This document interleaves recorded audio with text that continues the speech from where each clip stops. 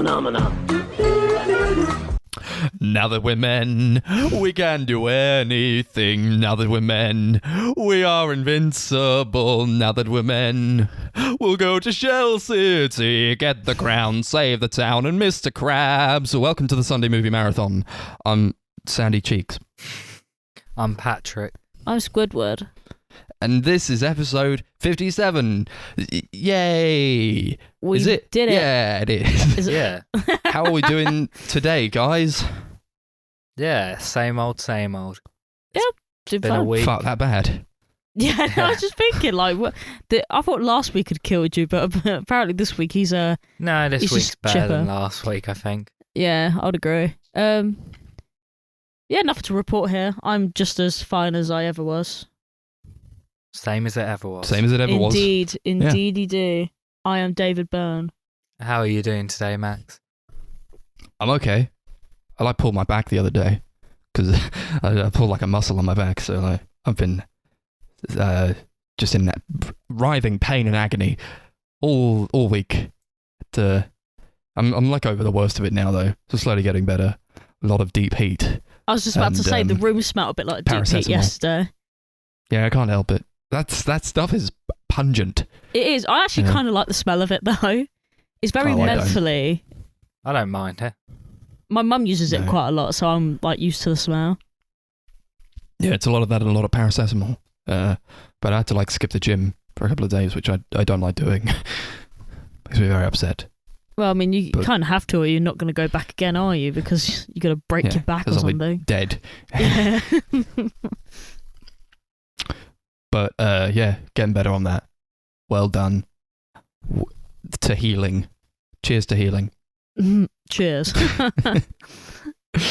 Did you guys hear what Ridley Scott said the other day? Was it the other day? Or the other It week? depends. Is it the thing that I showed everyone? I feel like he said a lot recently because he's got a new movie. He said a lot.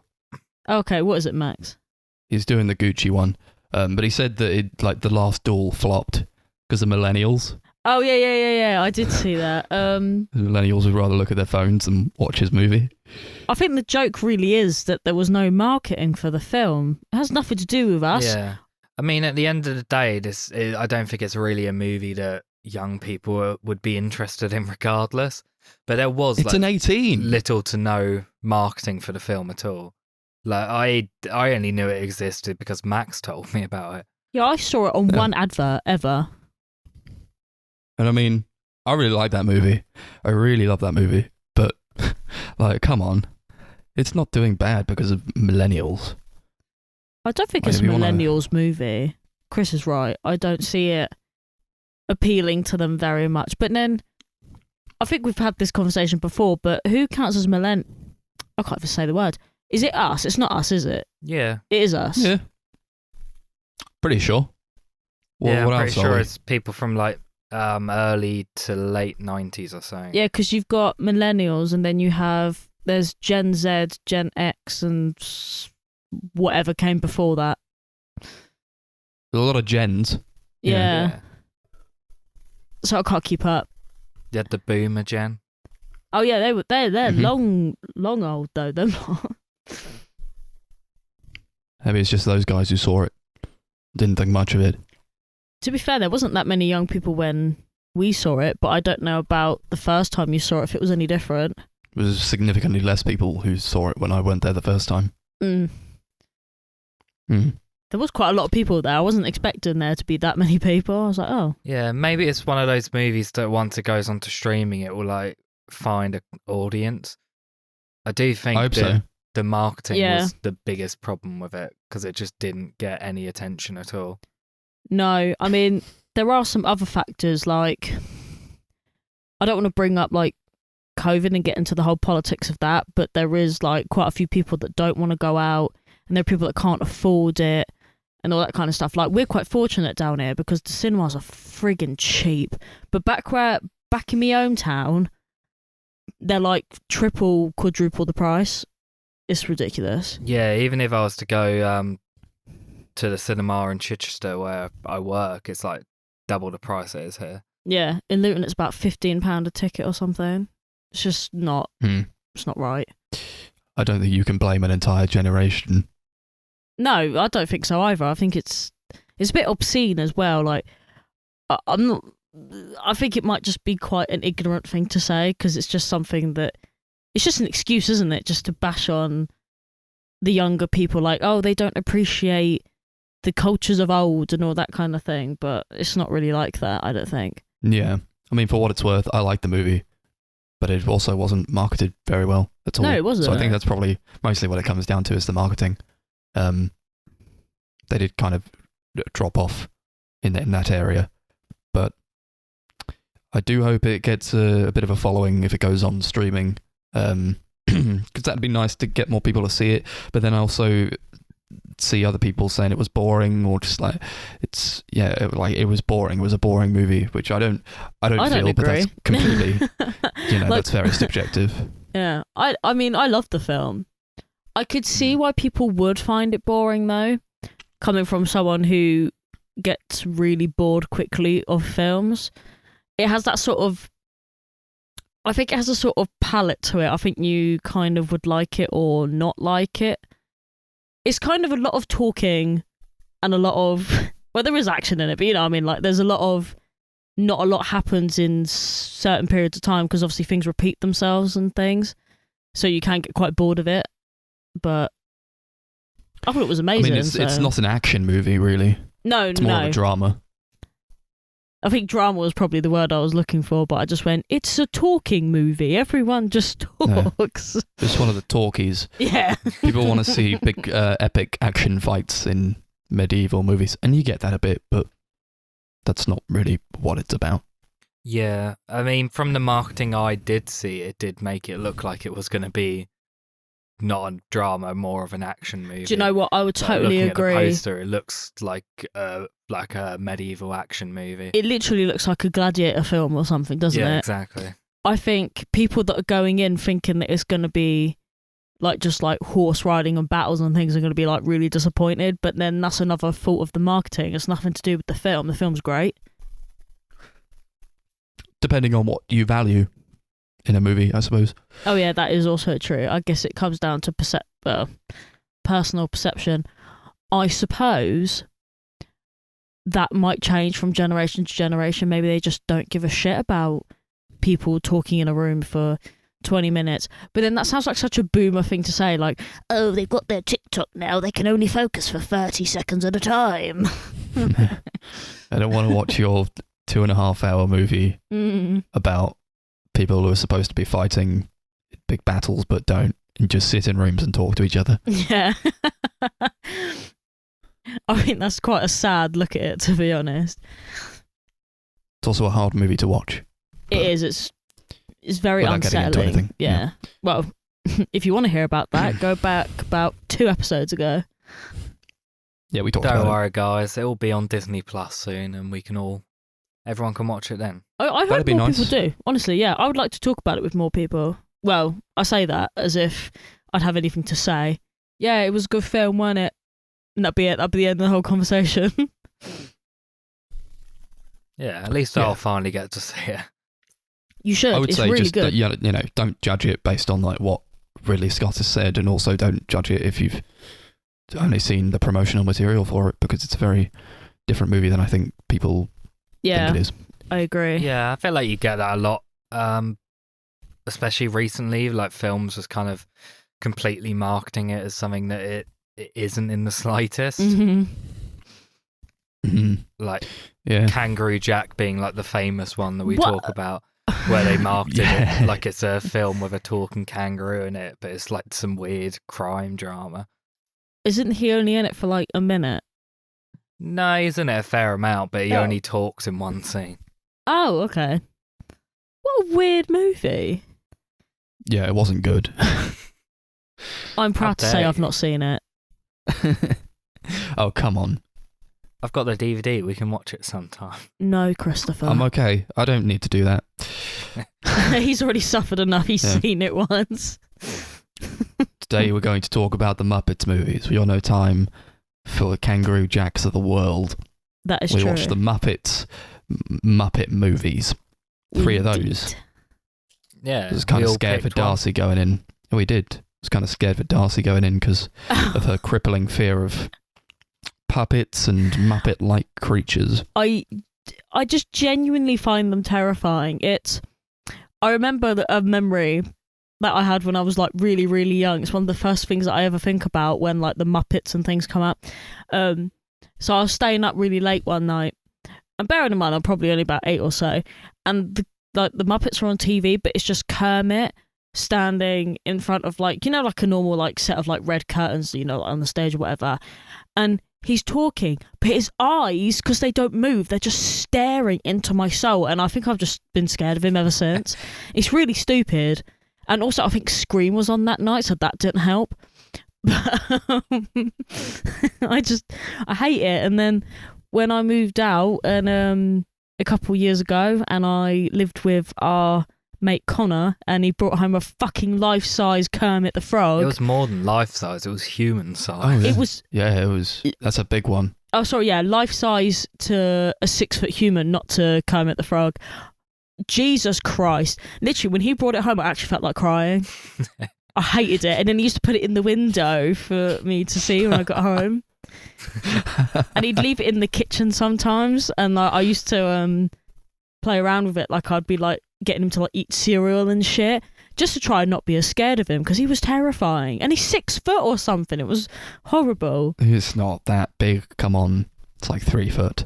But still, if Connor still has him, I hope he doesn't. Have you ever seen The Dark Crystal? No. But isn't that got creepy puppets in it? I was going to say I wouldn't recommend that, because I think you'd actually like cry.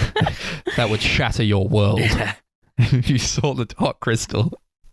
Yeah, because like... I didn't like that movie though. Is it got Jim Henson puppets in it, doesn't it? Yeah, I haven't seen it since I was a kid, but that actually really freaked me out. Oh, and there we go. I can't. Like, I'm not doing it. I'm fine with puppets and Muppets and stuff, but that like really creeped me out. It's just, I just can't do it. The eyes, they're all dead behind the eyes. And Gonzo is the worst for it. Like, out of the Muppets, he is the worst one. Because his eyes are like, not like wide, but like wide. Those are also like, you know, hand puppets. Like, you put your hands inside of them and you make them move. Yeah. Right. Whereas, I do appreciate that though. I don't know that like the Dark Crystal is that. I think it's like more marionette type stuff. Well, not no, it's not marionette. I think it's like a bit of both. It's a bit of both. Though, I mean, I don't really like the Dark Crystal movie, but I did. I don't know if you guys saw the show. I know Darcy hasn't. No, but the show was on Netflix, Age of Resistance. That was like, it was pretty good, honestly. And in terms of like a visual feast, probably one of the maybe the best looking show I've ever seen. Yeah, I've heard it's really good. I keep meaning to watch it, but I need to rewatch the film first because I don't really remember it at all. Yeah, I also watched the documentary that they made for like the making of the show, which just, you know, heightens the appreciation for it so much. And I don't know if they're going to make a second season. I would like them to make a second season. I don't think the show was like amazing, but I think technically it was amazing. Yeah, I would like to see more of it, and it just kind of puts into perspective when you watch the documentary just how much work and effort goes into it. Because I guess that's why there's been no news on a second season, is because it does take so much money and just a lot of effort to put that together. I'm guessing this is all like puppet stuff as well. Yeah. I mean, I can only assume that, because when it comes to like those forms of creativity, it's always like stop motion with like clay and things, and like puppets. They always seem to be the most time consuming to like make or create anything. Yeah, it's also the Jim Henson Company. They did the show. They probably got their toes in quite a bit of water as well. I wouldn't be surprised if there was another series, but I also wouldn't be surprised if there wasn't, because it must be like so expensive, and I don't think it was that successful. And it would probably take a really long time. It might sort of lose traction, I feel. It could. It might not, but like that Green Eggs and Ham series that Netflix did, where that was like super, super expensive to make, and they did greenlight a second series, but it's been like 2 or 3 years now, and I don't think it's actually going to happen, which is a shame because I really loved that first series. Yeah, I remember watching it. I didn't finish it though. We watched it. Yeah, you didn't really care about it that much, but I was super into it. No, I've never really like read the Dr. Seuss books or like really cared about that kind of thing, so it didn't really like hit me like it would have like you, if that makes sense. But no, I liked it, but it was just it's not something that I would go and visit because it's not really something that I feel nostalgic to or feel any personal sort of connection with. That's fair. I just put it on in the background while I was doing like washing or something, but I wouldn't actually watch it. Going back to the topic, do we have any like memories watching the Muppets? Any of us that have actual like connections to the Muppets movies or show or anything? The Christmas movie. Yeah. It is a staple in the Couch household. Yeah. It's one of those films that it's kind of the film for everyone, so to speak. You know, like when they say it's like inoffensive and a family film, I like truly believe that the Muppets are like that. Like, I could imagine my grandparents coming over and we'd all just like watch the Muppets. We obviously have never actually done that, but us as a four directly, like my direct family, we watch the Muppets Christmas Carol every year. And I think it would just be blasphemous not to watch it at this point because I'm going to start watching it with my family and hopefully it will go on, but maybe they'll hate it. I don't know. Yeah, my parents, I think the Muppets originally aired when they were like early teens, maybe like late kids age. So like they had like a lot of memories with it as well. So they kind of passed it down to me. So I did grow up with all the like Muppet movies and like the TV show and everything. Mm-hmm. So I am a huge fan of the Muppets, although I think everything they've done over the last like decade has been shockingly bad.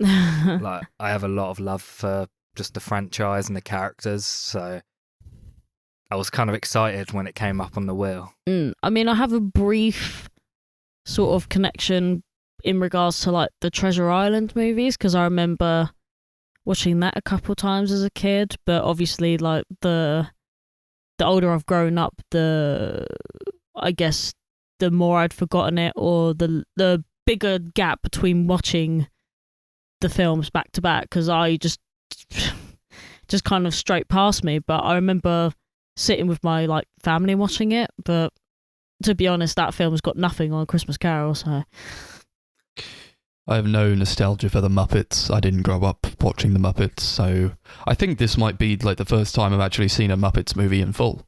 Oh, right. Wow. Yeah. I mean, they're ubiquitous in culture, right? But I always knew about them. But no, I never delved into them until just the other day, I guess, when we watched these 3 movies. Yeah, makes sense. Yeah. So should we just jump into the films we picked then? We may as well. Let's do it. We picked the Muppets Take Manhattan, and we picked the Muppet Christmas Carol, and also Muppet Treasure Island. And Chris picked the first one. Take it away.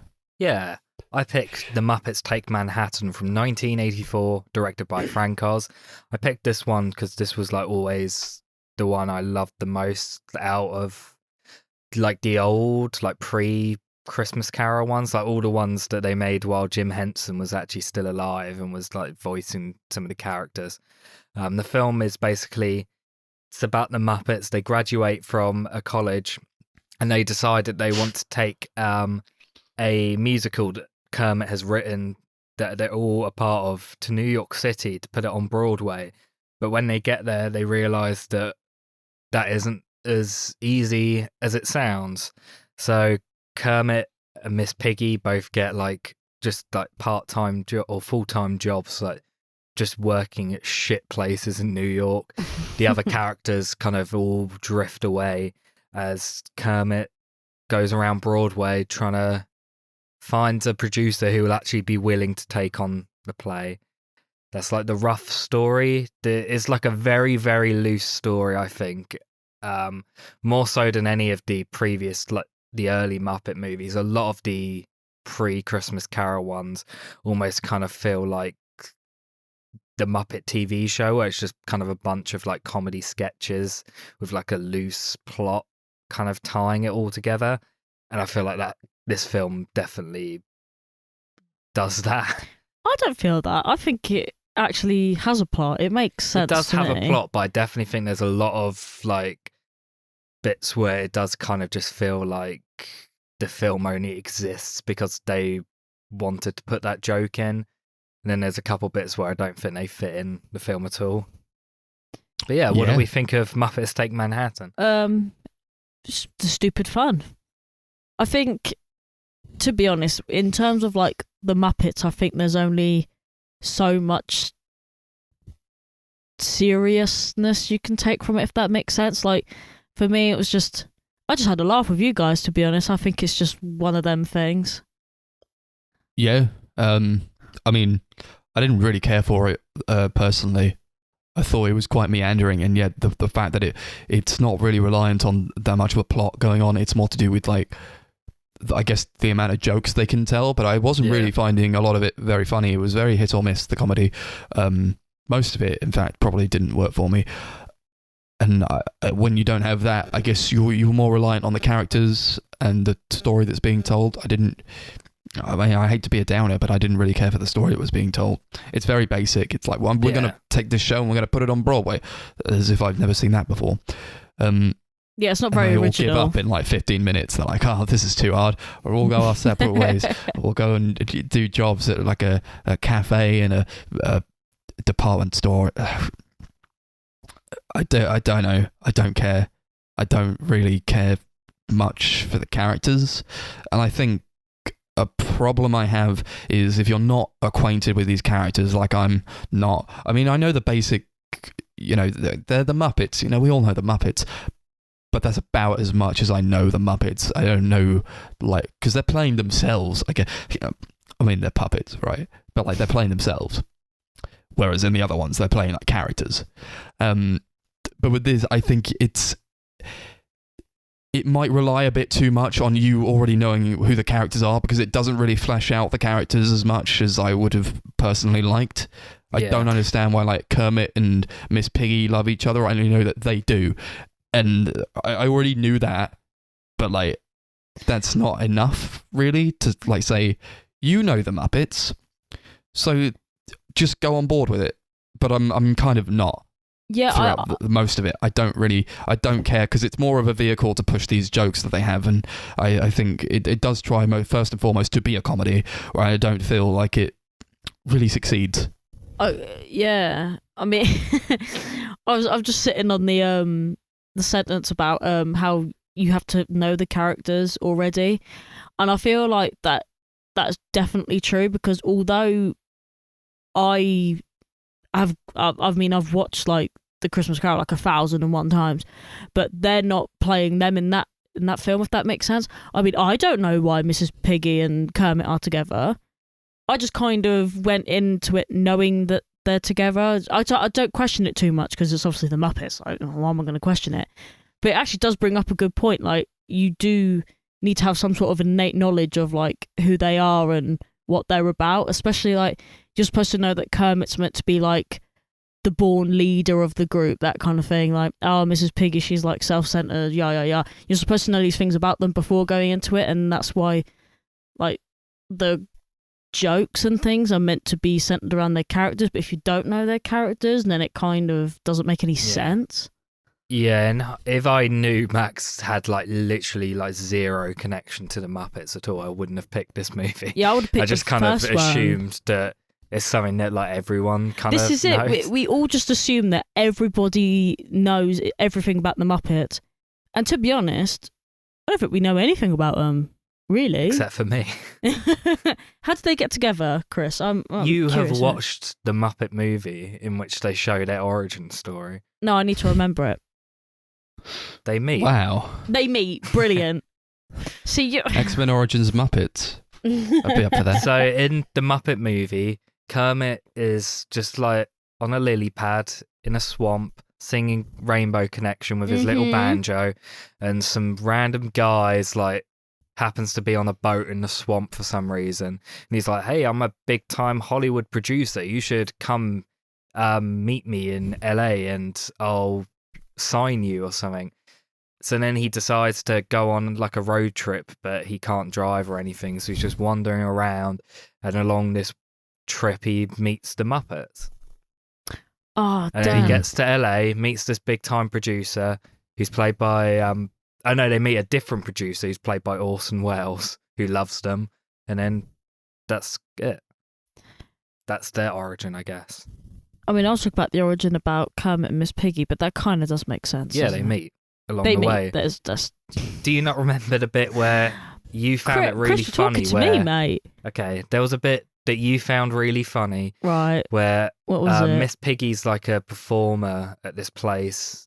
Like all these men are like whistling and like wooing because she's on stage, and she looks into the crowd and sees Kermit, and like they zooms into each other's faces as they like instantly fall in love. I love it.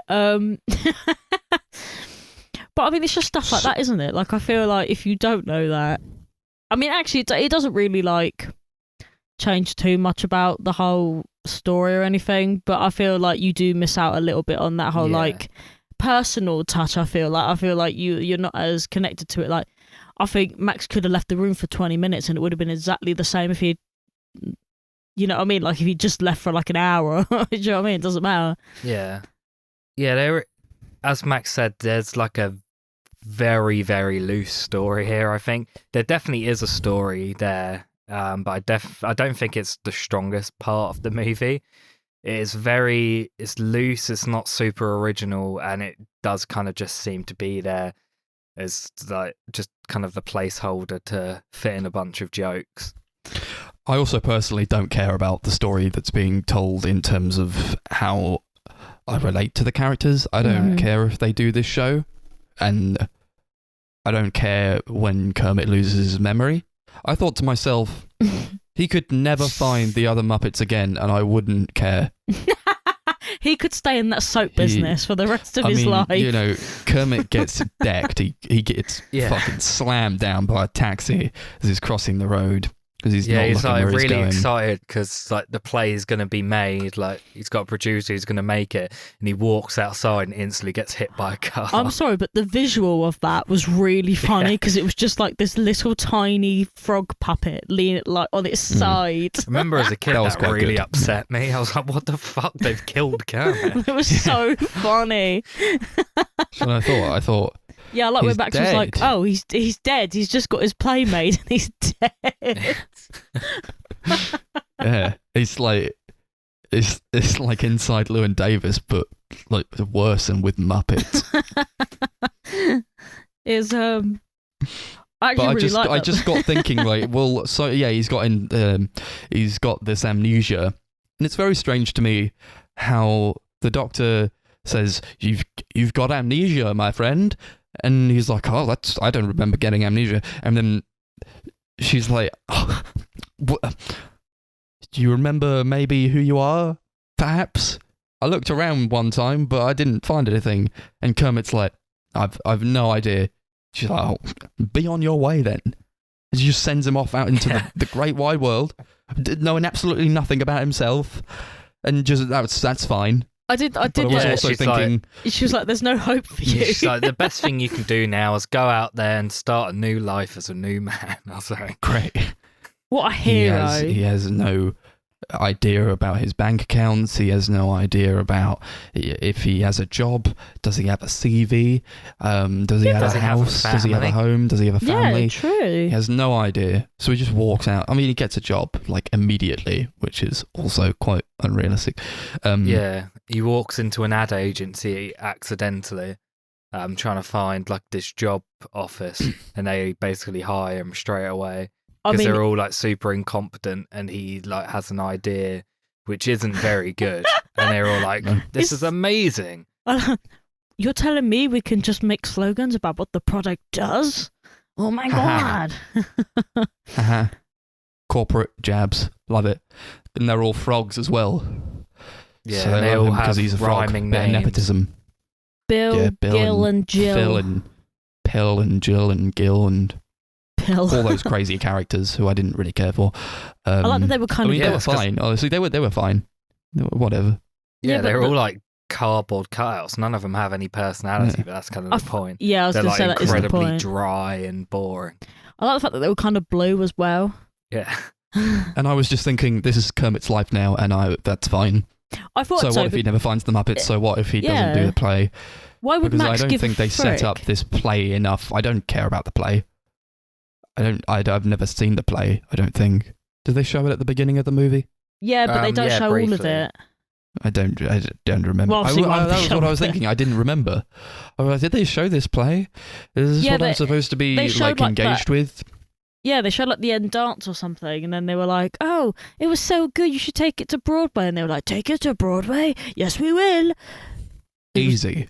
Yeah. Like, it's and then just there's that that musical number, You Can't Take No for an Answer, where they're going around trying to get their play made, and every producer's saying no. You can't take no for an answer. No, it's no, kind no, of like no, a no. poorly titled song, considering after that song they all give up and move away. It's just a bit of a sketchy song, I would say.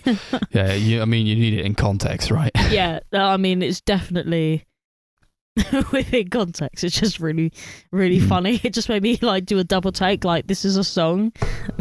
It's not the only. I found that to be quite inappropriate in, I guess, this day and age when I'm watching it.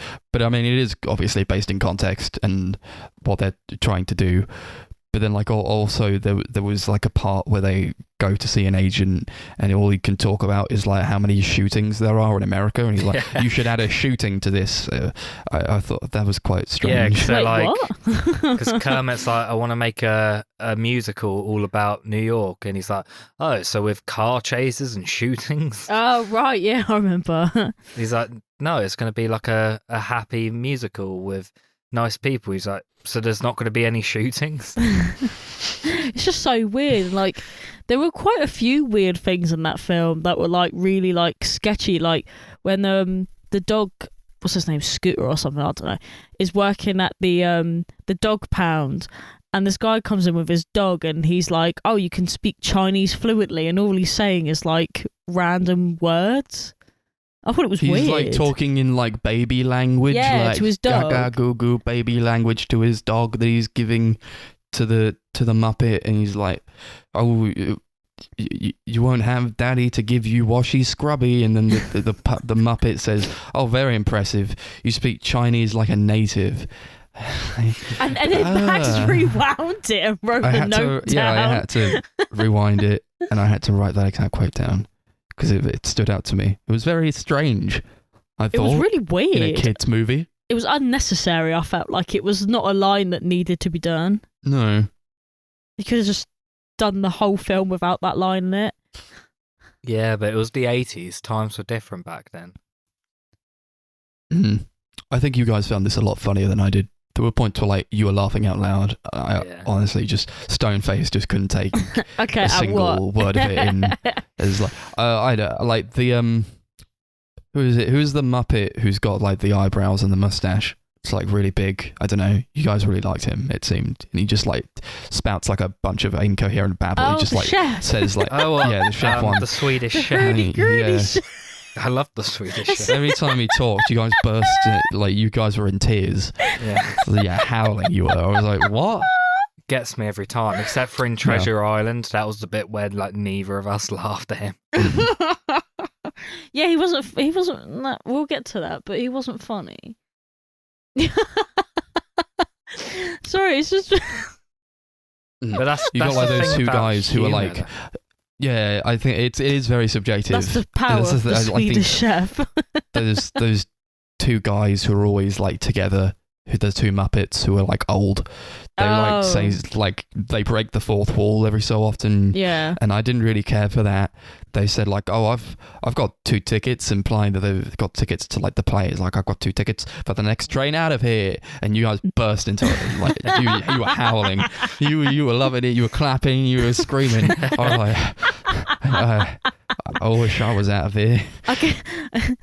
I think part of the reason I laugh at when they make those jokes is because I feel like it's quite relatable to almost the experience of the room almost. I know we're not at that point of the podcast yet, but they said something in in the Treasure Island movie that made me laugh because it was like such a relatable mood and it was about the film and I was like, it's so true.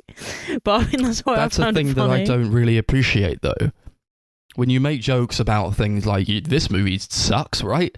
And, you know, maybe it doesn't, but it's like, it's calling attention to that fact, or it's like kind of giving itself like a pillow to like... like it sucks, but it's funny. It kind of sucks, right? And I'm like, yes, but perhaps you could have made it better instead of telling that joke.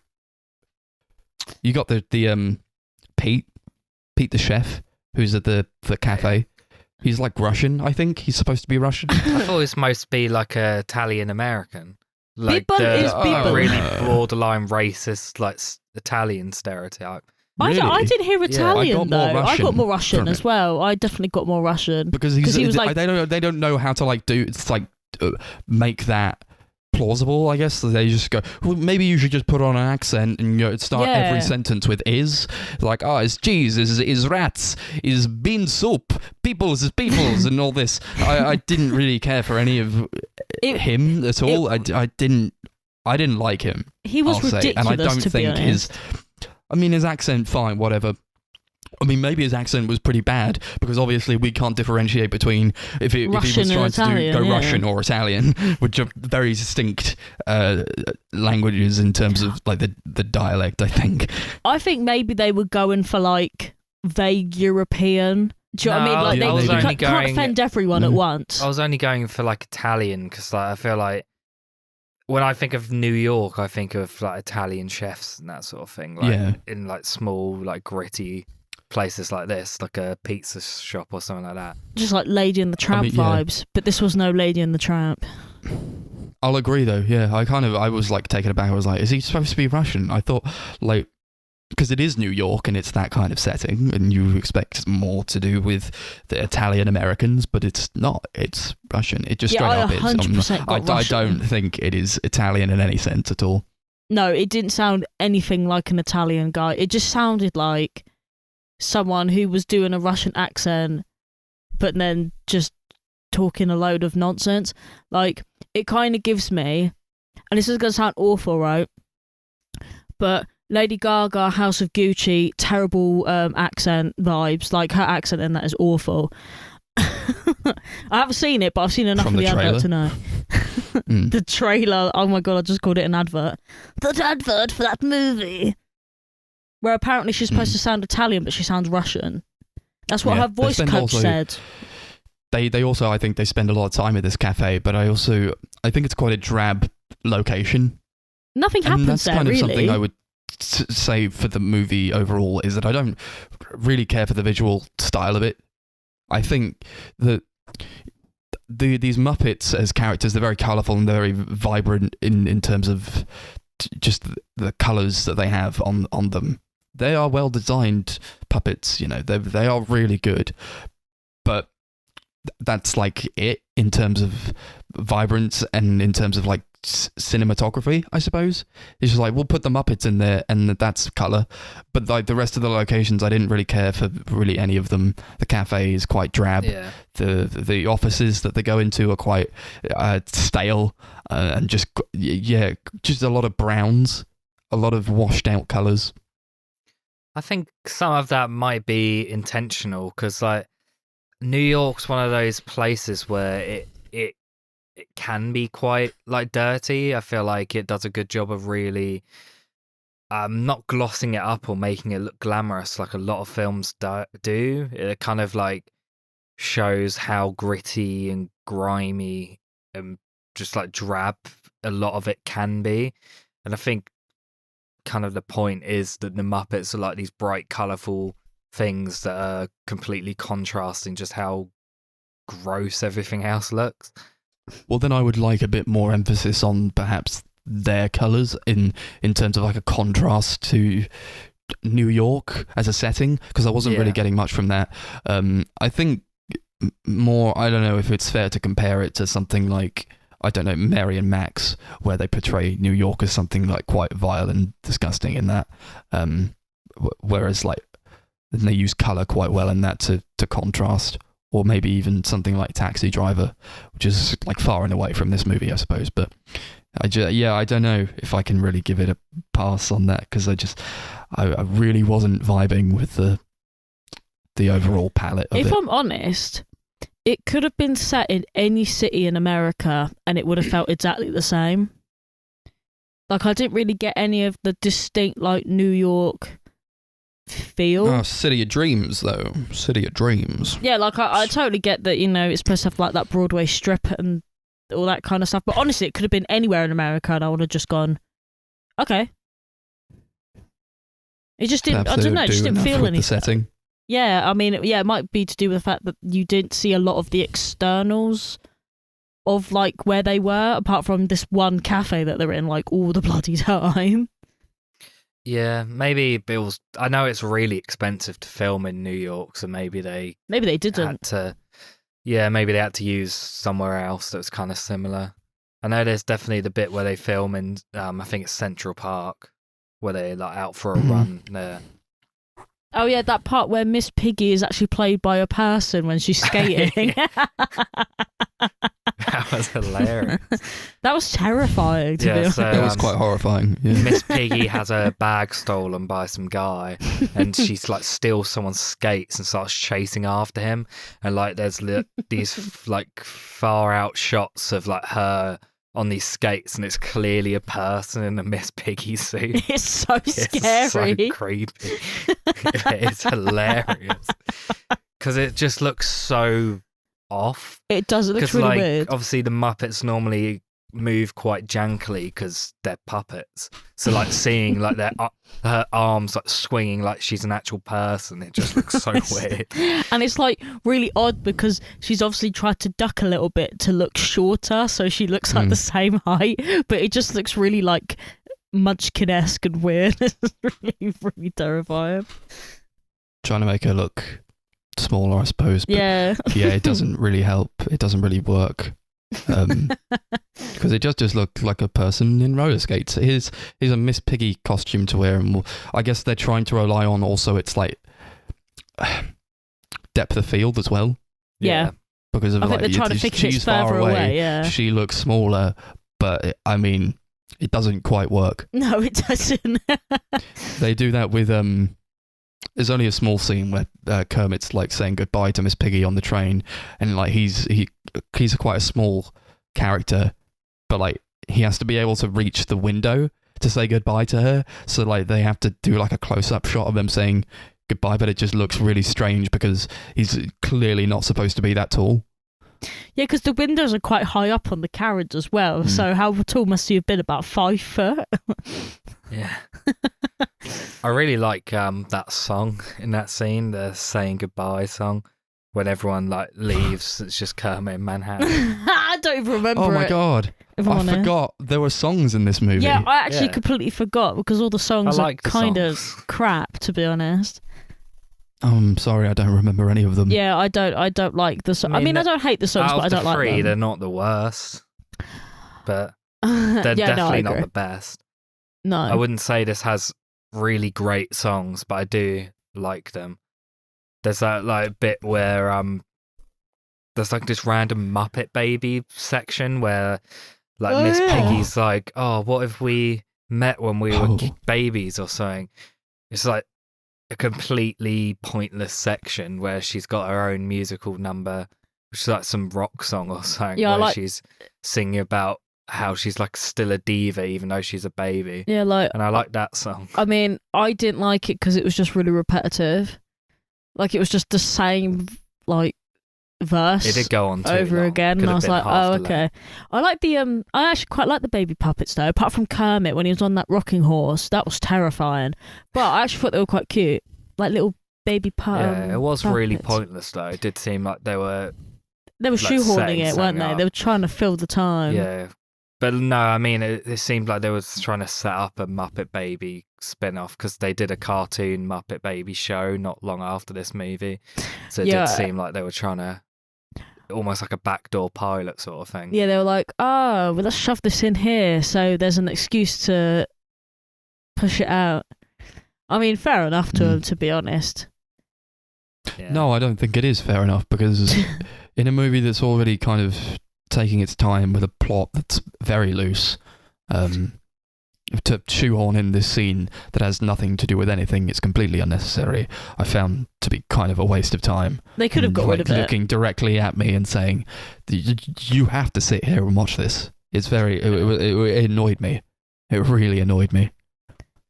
They could have easily have not put that in. I feel like, I don't know, just the only reason they could get it in was because Miss Piggy fell asleep. Really? She was chatting 2 seconds ago. I like the Together Again song that opens the movie. Together which they bring again. back at the end. Oh, I don't remember It's how from it the went, musical. to be honest. I just remember the ding, ding, ding, because Kermit kept doing that when he lost his memory, and he kept clicking the glasses going ding, ding, ding. Probably not in that tone because I can't remember how it went. That was all right. I didn't mind that. But it's kind of saying like the rhythm was always within him. He's a Muppet at heart. You know, Yes. He's got the songs within him. He just doesn't know it. He's got the song in his heart. Yeah. If you've got a song in your heart, you can never fail. That's It's the real true. message of the Muppet Manhattan movie. Yeah. I really like the puppetry throughout. I think it's like a lot of actually like really impressive shots where they're like showing the puppets moving without like showing any of the strings or anything, and it's probably like mechanical like stuff, but I think a lot of it looks really cool. Like you got that scene where all the rats are cooking in the kitchen and they're like spinning around and like doing all this crazy shit. And I thought all of that actually looks quite impressive. I like when they're swimming in the soup. Yeah.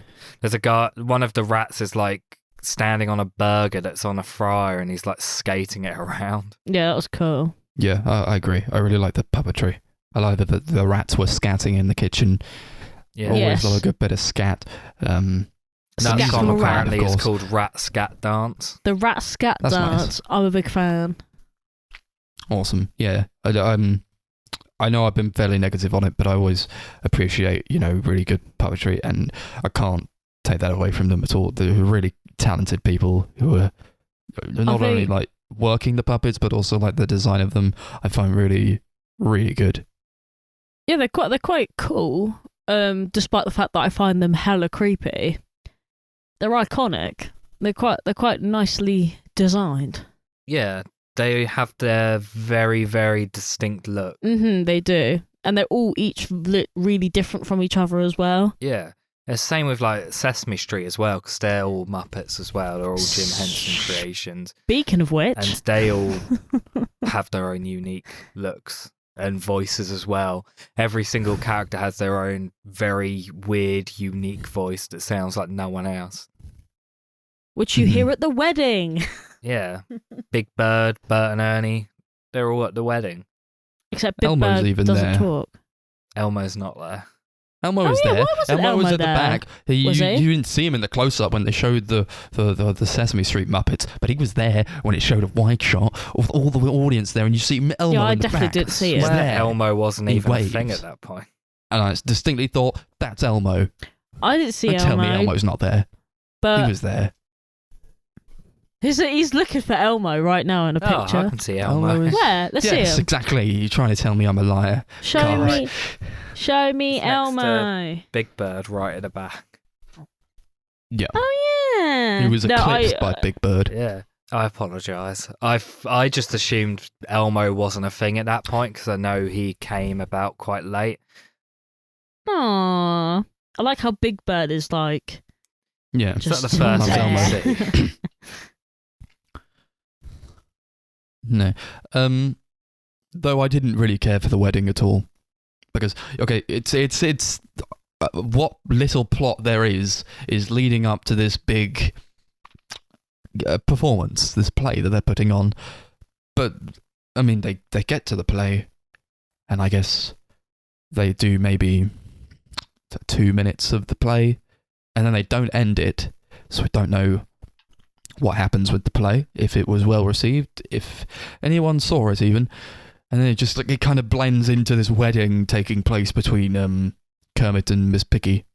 And I was just thinking, is this part of the play? Yeah, 'Cause that's I kind couldn't of figure what it out they either. want us to believe, I suppose. But then the wedding happens and then it ends.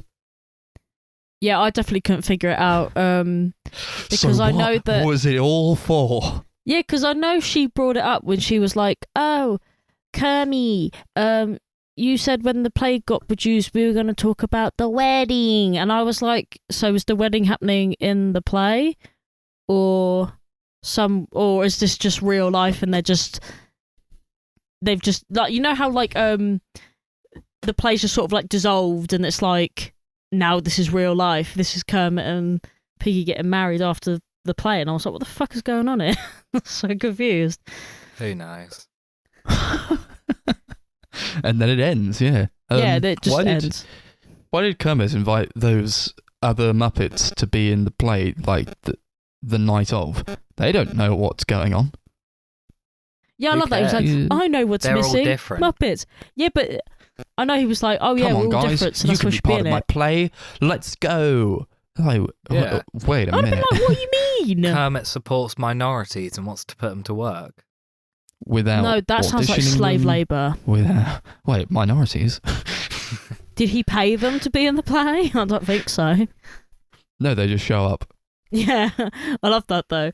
Yeah, we're all different. Let's just go on the play, and they're all like, "Yeah," as if like they're not just gonna go out there and just stand because they don't know what to do. Hmm. So weird. Oh, I've got a very small gripe, but it's something I feel I have to bring up because Yeah, otherwise hold on. they get away with it, you know? There's like, one of the Muppets is working at a cinema, then he talks to a guy at the back of the theatre who throws a fish. He's throwing fish at the audience, but then like, it cuts to a shot that shows the fish being thrown from the front of the theatre. I was like, you sneaky snooze. You thought you could get away with that. You thought I wouldn't notice that? I'm calling you out on it, Muppets Manhattan. So essentially, that is not okay with me. yeah, like That's this not man okay. must be able to throw at like He's boomeranging these distances. fish. Yeah. He must be boomeranging these fish because he's going from the back of the theatre and they're hitting the people head on. This is it. This is not acceptable. They didn't look like they were coming back around to him either, to be honest. They They weren't coming back around to him because they were hitting people. Yeah. Maybe that was what the point of the boomerang was, so he could throw them from the back and they hit at the front. It's not a boomerang. He said they were They're boomerang fish. fish. Yeah, but they didn't wait, come what? back around, so how does that make sense? How can they boomerang Yeah. if they're not He was like, boomeranging? He said they were boomerang fish, did he? Yeah, and they're He not actually boomeranging. did. He said they were boomerang That's fish. They'll insane. come That's back such to me. bullshit. I will not abide by this. There's no such thing as boomerang fish. There's no such thing. Okay, Yeah, but- that sounds like a stupid, lazy way to say. Look, I know we've got the Muppet at the back of the theatre. We've got to find a way to make him throw the fish head on. Well, I don't know. We'll just say they're boomerang fish. Not on my watch. I do like the fact that it No. was meant to. They try to make it kind of like scarier for the fish to be thrown at the audience, because in the film that they're watching, they go, "Here come the killer fish," and then there's just like these random fish being thrown at them for like no reason. It's Yeah, so it's 3D. stupid. It's 3D, so they think, wow, this is really real. These boomerang fish. Yeah.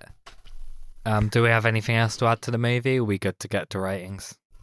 Let's do it. Yeah, I'm good to Yeah. rate. Should we rate this out of boomerang fish? Yes, it Sure. it has to be boomerang fish. Yeah. I'll admit this isn't the best Muppet movie in the world, but I have a lot of love for it. I really enjoy it. I do think the plot's very, very loose. There's a lot of jokes that really don't hit at all, but I just enjoy these characters and enjoy spending time with them, and there is a lot I found really funny throughout. So I'm going to give it, I guess, 8 boomerang fish out of 10. It's like a very low, it's like on the like bordering 7 and an 8, I'd say. I think it takes its time with something I'm not all too keen on, and I mean it's not awful, but it's very middling. So I'll give it 5 boomerang fish out of 10. I would say that 8 is quite a generous rating, to be honest, for this film. But I mean, if you enjoyed it that much, then I'm glad that you enjoyed it. I mean, I had quite quite a bit of fun as well. Actually, I thought some of it was actually really funny, but for like really stupid reasons, I suppose. I don't know. Like I said earlier, I think it's just one of those things that I think you just kind of have to have fun with it. It's not a overtly serious film. Like I'm neither here nor here about it. So I'm gonna give it 6 boomerang fishes out of 10. Cool, awesome, lovely. One I picked was The Muppet Christmas Carol. It was from 1992 and it was directed by Brian Henson. It's about, it's a Christmas Carol with Muppets. You got Ebenezer Scrooge, played by Michael Caine, and he's a bad man. Nobody likes him. That's where we get the term Scrooge from. It was a story, obviously, originally written by Charles Dickens. This is an adaptation of that. Wherein, he's a mean man and he gets visited by 3 ghosts. The ghost of Christmas present, past, and future, but not in that order. Sorry. And yeah, it's basically about him learning to be a better man on Christmas. So I thought this was like the best movie ever. It's not. I would like to say though, just before we start talking about this, that I think is absolutely blasphemous, because if Max hadn't picked it, I know I would have picked it, but I still think it's blasphemous that it's not even December yet and we've already watched the bloody Christmas film. Yeah, that's why I didn't pick it, because I didn't want to pick a Christmas movie. Yeah, I only let it slide because I love this film so much. Otherwise, I would have been very angry. I only let it slide because we're like a week or 2 away from December. Oh, don't. It was like when my boss played Christmas music today. She plays all the classics, right? And then she gets to like the Justin Bieber Mistletoe and the Ariana Grande Christmas songs. And then the Coldplay one comes on and she goes, Alexa, skip. And I thought, I'm going home. It had that sort of energy where it's just not right. I just don't think watching a Christmas film before December should be legal. But you're both weak. You're both very weak. And let it slide, did you? You let it slide that I picked this movie. This was my recommendation. I picked this movie. We were going to watch it no matter what. There's nothing you could say that would deter me from watching this movie. I picked this movie because I've heard like really good things about it. Yes. I've heard people love this movie. It's like one of the best movies ever made, apparently. Yes. I'm just saying, it was pretty good. I actually quite liked it, but it's not the best thing in the world for me, I don't think. No. And maybe there is an element of nostalgia here that you need to rely on heavily if you're going to enjoy this movie to the degree that people seem to.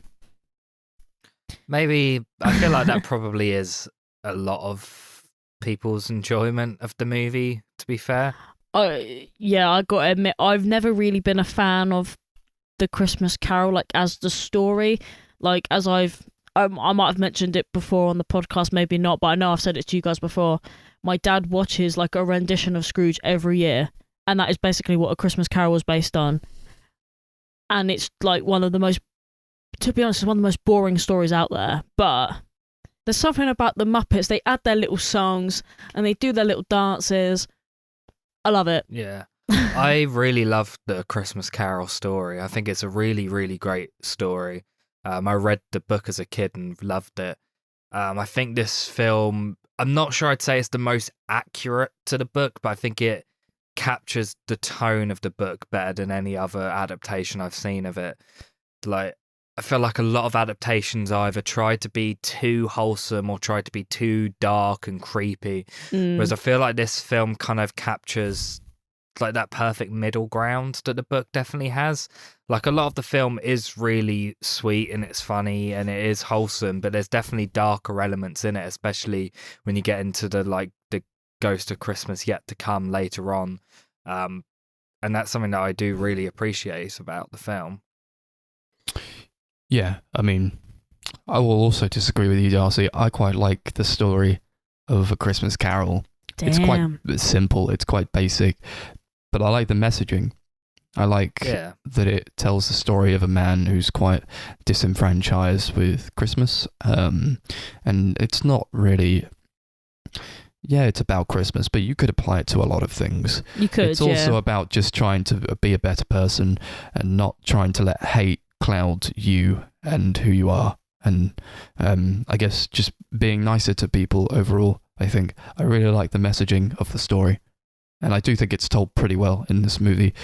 My biggest gripe, I suppose, would be that I don't think it has enough room to breathe, because it's quite short. It's relatively short, the movie, and I think that I don't really buy the character's eventual turn to, like, he sees the light and now he's going to be a good guy. You know, that's fine. I wish it would have been a bit longer to flesh out, I suppose, why he's feeling that he's now decided, I like Christmas now, you know, because for me, it's quite quick.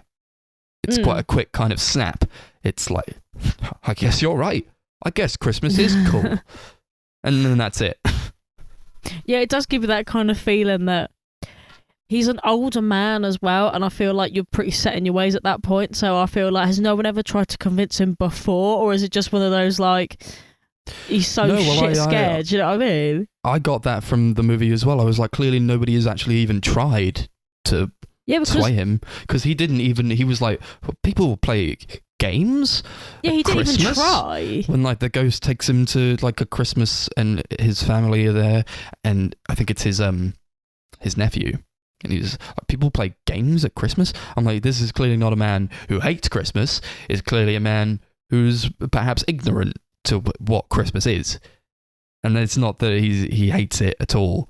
So I kind of got this implication that nobody had actually tried, or like he'd not made any kind of effort whatsoever to understand what Christmas is. But like, how could that even possibly happen with just this one guy? Yeah, and like I said, at the age that he is, I just feel like, how does that happen? And how do you change someone's mind so quickly? Because usually when people of his kind of character, if they were as stubborn as he's made out to be, it's not going to take one night for him to change his mind, if that makes sense. I obviously know that because of the story he kind of has to, but do you know what I mean? Like, it's not something that you don't just turn around to a guy who hates pineapples and go, you like pineapples now? And he goes, yeah, you're right, I actually love pineapples now. It's just weird. I feel like it's kind of a character who's very, very set in his own ways and very much super, super self-involved. So he doesn't think about these things. He never like stops to think about his past. He never stops to think about how people around him kind of can like perceive him and how what he does affects other people, because he just doesn't really care. He only thinks about himself. So I feel like a lot of what the film kind of shows is that he just kind of needed to have all of that like shown to him for him to really understand that and kind of realize how what he's doing is bad and how he's just kind of just not living life how he should be. But then that makes me question the people around him. Like, has no one ever just gone up to him and gone, Scrooge, mate, you're being an absolute dickhead. Stop being a dickhead. Well, they kind of show that everyone's kind of scared of him. Yeah, I mean, but what's he gonna do? Chop off their faces? Like, I totally get what you mean, but I just feel like it's a bit unnecessary in a way. He's like a rich and powerful man. Like, he could do a lot. Yeah, but he can't kill anyone. I mean, he could kill someone, but he like holds a lot of people's jobs like in his hands that he constantly is like. It seems like he could just take away from him at any point. All right, what about his nephew then? His nephew could have went in there and been like, "You're being a dickhead, uncle. Stop being a dickhead." No, his I'm nephew's just saying. a wet wipe. I'm just saying.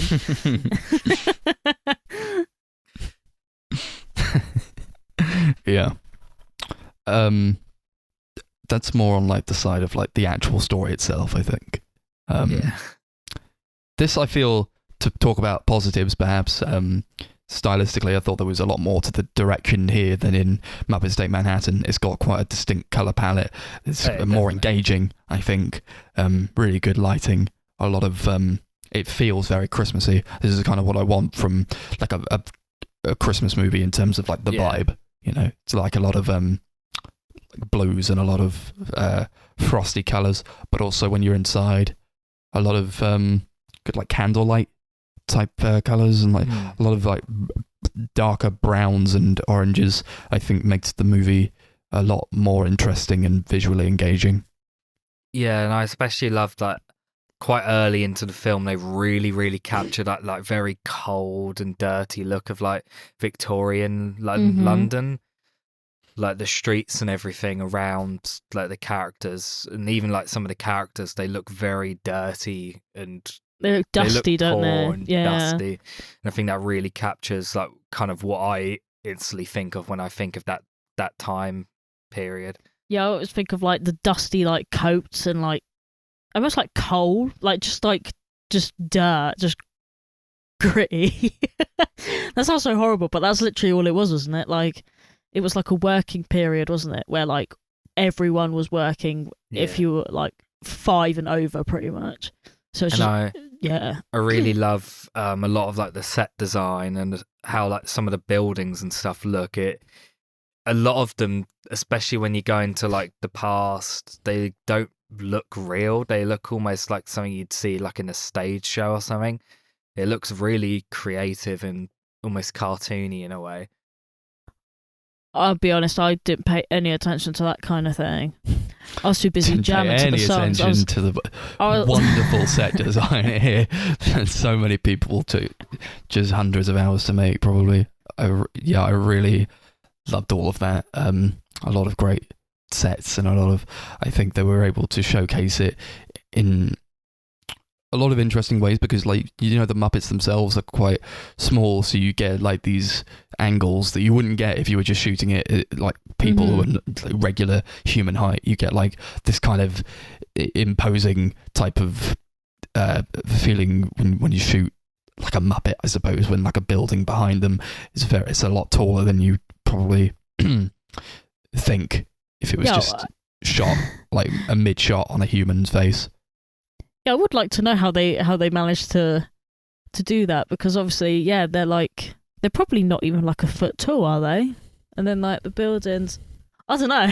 It's kind of fascinating, actually. Yeah, well, obviously, they've got like the people who are holding them. So like, I don't know how they do it. I've not really looked into it. But like, I think I'm not sure if they would do it like the same way they do like the Dark Crystal show, because that's more like they build a set and then the people are like underneath the set with like the hands up the puppet's ass. That is a lot of what they do, yeah. Oh, okay. It's really, really impressive. That's honestly a lot more impressive hearing that. And I don't know about like the visual effects side of it so much, but I feel like they probably use CG to cut out people. But if they didn't, then like how the hell did they get some of these shots? It's like it's really good. It's really seamless. Unless people in like awkward positions, like just behind the camera, like just. Yeah, this was obviously like very, very early days of CG, so I'm not sure how much of it is actually CG and more physical camera effects and stuff. But I imagine there's definitely some, like the bits where like there's a scene where Kermit's like standing up and singing and looking at the sky, and like there's no one around him. So I feel like that definitely must have had a person cut out. Yeah, you could do that in like the 90s, the early 90s. I like when Kermit's like he's with Tiny Tim. He's coming back to his house, all wholesome. Just singing a nice scat song, just scatting along. It's pretty epic, to be honest. I do like this is awesome. When we put the subtitles on, and it would just say something like Kermit and Tiny Tim scatting, and it's like, It's like, you made my day. Yeah. That was actually, I think the relationship between that like whole family is like really, really sweet. I think it's actually my favourite part of the film. They're just so like quite wholesome. Yeah. Wholesome. Yeah, it's like really nice. The bit where Tiny Tim dies is like genuinely really, really sad. Do you know what? I actually tried not to cry because I was like, I'm not crying at the bloody Muppets movie. It's not happening. Yeah, the bit where he's like Kermit comes in, he's like, I found the perfect spot for him. It's like on the hill by the ducks. He always loved looking at the ducks. And he couldn't even finish his sentence. So Miss Piggy's like, yes, he loved looking at the ducks. And I was like, don't cry, don't cry, don't cry. It's a Muppet film. Oh, I'm sorry, guys. I didn't care for that at all. Oh, no. I loved did not him. care. Tiny Tim dies. So what? Yeah, he was a sickly little child, but we barely knew him. They hadn't developed anything with that family at all. And that's another, it just goes along with like, Yeah, but I guess don't know. just the story pacing issues that I have with it. Yeah. It's not really for me. I can't understand that. Feel anything. Yeah, you met him for like a second where he was like, God bless us, everyone. Yeah, it's like the principle of like a dying child, I suppose. But I just, I don't care. I don't know why it hit me, because it's a bloody puppet. It doesn't even matter. I don't even know, man. It's so stupid. Maybe I was just feeling the film, because I really like this film. I can't stop laughing. I do like the part where he's taken to see them by, I think it's the ghost of Christmas Present. And he sees like, Tiny Tim. He fades away, and Scrooge is like left to walk back into the darkness with the ghost of Christmas Present. That looked really cool. Yeah, that is really cool. A lot of really good like visual kind of striking imagery, I think. Like there's what is it, like there's that line where he the two Muppets are always together, and they say, expect the first ghost when the bell tolls one, and the lightning strikes outside the house. It looks so cool. Oh yeah. That was really cool. When the entire room lights up. Yeah.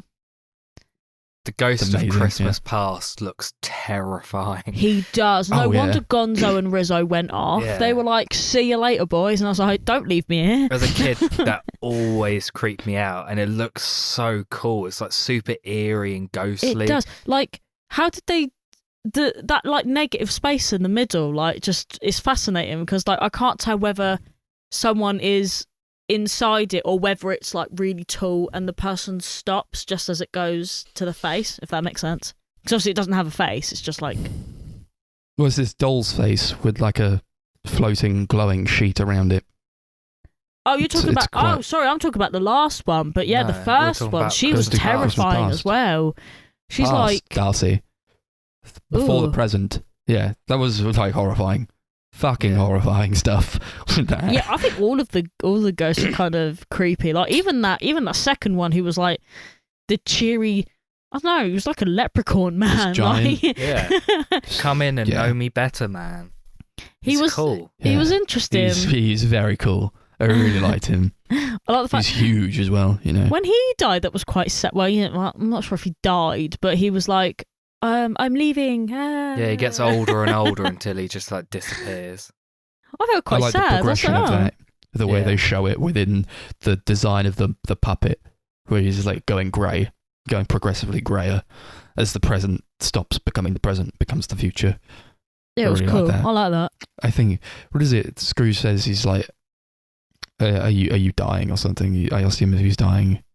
That was like kind of hard hitting, because like, there are a lot of thematic resonance, I think, with like moving on from like who you are in the present and trying to better yourself. I think that ties in thematically.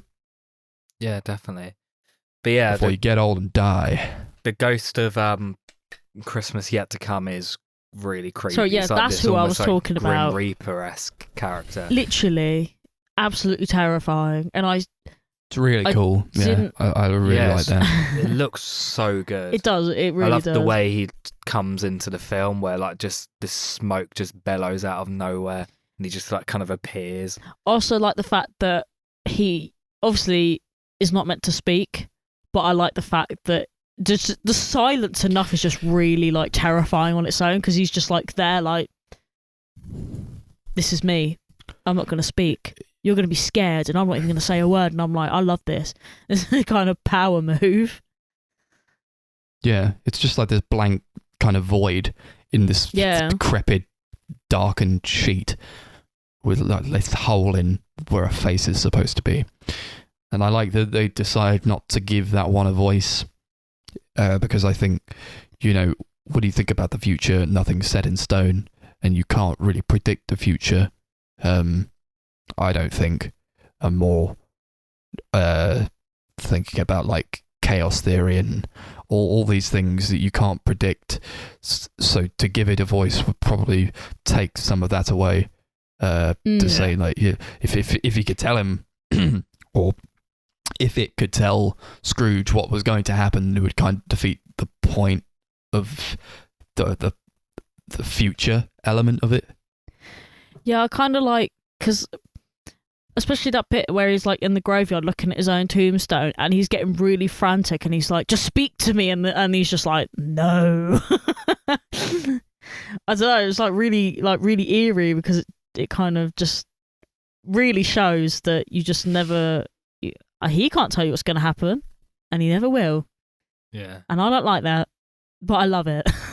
But there's also that element of trying to change who you are as a person. There's an element of destiny in there, and like kind of changing your own destiny and trying to be better, which I think is obviously the main theme of the movie, is like change and like becoming better, a better person, and trying to see, have something good within you to share with other people. Yeah, definitely. I think what sells a lot of this movie is Michael Caine, who is fantastic in this movie. This is probably my favourite Michael Caine performance. I think he really, really nails the Scrooge character. But I think what makes the performance so great is just how dry and serious it is. Like, you would think a person acting in a Muppet movie would just act like he was in a Muppet movie, but he does act like he's in a serious adaptation of A Christmas Carol, as do I think like pretty much all the human characters. And I think that really helps sell the movie. I think it works so much better because it is kind of the serious adaptation with the Muppets kind of there to add a bit of comedy in there. And I think he just really fits in the movie. Yeah, well, personally, I don't think anyone plays a London geezer better than Michael Caine. I don't think anyone else could have done it, in my opinion. I think it would have made it less a movie.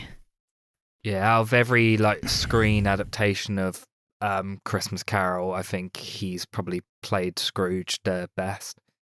Sorry, Jim Carrey did it the best? Michael Caine played it the best. That Jim Carrey film fucking sucks. The thing is, I know I've seen it at least once, but I don't remember anything about it. Yeah, it's just so bad. It's animated. Yeah. That's it. Did you notice the use of Dutch angles when Scrooge wakes up and he starts like talking to the town? Sorry, the what? What the hell? What was that? Why did they do that? It was very strange to me. You use Dutch angles to, I suppose, convey a sense of unease or something's quite wrong. And I guess you could attribute that to, this is different now and he's a changed man. So it's quite strange that he's suddenly acting so nice to people. But at the same time, that's quite a positive thing, where I feel the Dutch angle is not supposed to convey that emotion. Yeah. So I don't know why they use it so much. It makes sense, like at the beginning where, like, you first see him, he's walking through the streets of London and they're all singing the song about him, where he's like supposed to be quite imposing and people are supposed to be kind of scared of him, like walking around. So for the film Inept, what is a Dutch angle? It's basically like just tilting the camera. Yeah, it's like you take like a almost solid frame, but you just tilt it a bit so it looks a bit angled and a bit off. It's not level, Cool. And sometimes I feel like the best Dutch angles are the ones you don't notice. Yeah.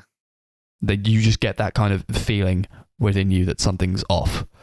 That's the best use of a Dutch angle that I can think. But when it was used in here, I suppose I noticed it a lot. I didn't really find much need for it to be there.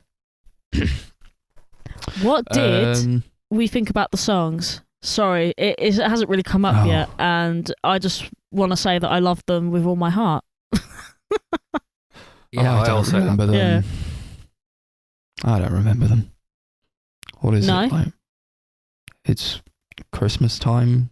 No, I don't know. I don't remember any of the songs. Oh yeah, no, that's fair enough, actually. It may be because we've seen it so many times. Yeah, I but, was like vibing along. I was like humming all the and music tapping. in this film. I think it's easily the best music in any Muppet movie. Oh, I 100%. think every single song is really good. It's all written by, or at least all co-written by Paul Williams, who is like a long-running contributor to the Muppet franchise. He did a lot of the songs for the TV show and the first movie. Mm-hmm. And I think he did a really great job with the music in the film. Yeah, I love the songs in this film. They're just so... There's something really like catchy about them, but that also could be down to the fact that we have obviously seen it 1,000,001 times, so that probably is part of it. When I think of Christmas songs, a lot of the songs in this are what I think of rather than like... I think about the Marley and Marley song all the time. Yeah. I don't know what that's actually called, but that's what I'm going to call it. It's called Marley and Marley. Oh. Because I don't know, every time I think about that film, I just go, Marley and Marley, ooh. I think of the first song where they're singing about Mr. Humbug. Oh, yeah, that song's good as well, actually. Yeah. I mean, I don't think there's a single bad song got the there. great line, no fleeces for us Mises. Oh, that's set all us off. There's no we cheeses like, for us Mises. Yeah, that's no it. cheeses for us Mises. That was a classic. Like, I love that. What a stupid... I love the subtitle. It like... I did an italic on the word Mises because it like just isn't a word. They were like, what is this? No, that's the best line of the whole movie. Oh, I loved it. It's great. I love all the songs. I really do. But I could sit here for hours and hours just talking about the music in the film, to be honest. Mm. I'm not going to because that would be painful for everybody involved. Is there anything else you want to bring? Should we perhaps get on to ratings? Yeah, sure. Sure. Should we rate it out Mises? Mises, yeah, sure. Mises Cheeses. Yeah. This is like one of my go-to Christmas movies, and it has been for my entire life. Like, for as long as I can remember, my dad has made me watch it at least once every Christmas. Like, he's always adamant about everyone in the house watching it on Christmas Eve. It's just like I think it's such a warm, wholesome movie. Really great adaptation of the story. Easily my favourite Muppet related thing. Just really love this movie. I'm going to give it 10 Mises out of 10. Mm-hmm. I think it's pretty fun. It's all right. I just I would want more from it, I suppose. I just want more in terms of like character and like pacing, and I want these things to feel a bit more earned than they are. I don't really get so much from it, but I do like the presentation. I do like it. Pretty much everything that's going on technically. Yeah, I don't really remember the songs though. That being said, a few like janky CG effects, like that like zoom into different locations, as in like, oh, we're gonna go to a different location now. The ghost is gonna take you to a different location, so they'll like sonic zoom into that location, and they'll just be there. Or like there's that spiral that takes them into the future that looks just like they've just pasted a spiral effect onto the screen. I don't know if I would really watch it again. It's not really for me, I don't think. But for what it's worth, it was enjoyable enough for me to not gouge my eyes out, I suppose. It's pretty good. You know, it's a good movie. I agree, it's a good movie. I just don't think it's amazing. I love that. I'd give it like a 6 Mises out of 10. It was enjoyable enough for me not to gouge my eyes out. I feel like that might it's a bit harsh, I suppose. I think it might be my go-to phrase for any film that I've not particularly liked, but just about tolerated. I have like just shameless nostalgia for this film. I mean, that's it. I love it. 10 out of 10. Wait, what was it? 10 Mises with cheeses. Can't forget their Mises. And now it's time for your film, Darcy. Correct. I have just it. Like stopped. Fuck, just sat there, not moving. Maybe it's because I'm just trying to avoid talking about this film, to be honest. Well, since Max had picked Christmas Carol, I had to pick a different film, and this was another one that I used to watch as a kid. So I thought, yeah, I'll just pick it, and I remember liking it somewhat. I'll just pick it, and it is Muppet Treasure Island from 1996, also directed by Brian Henson.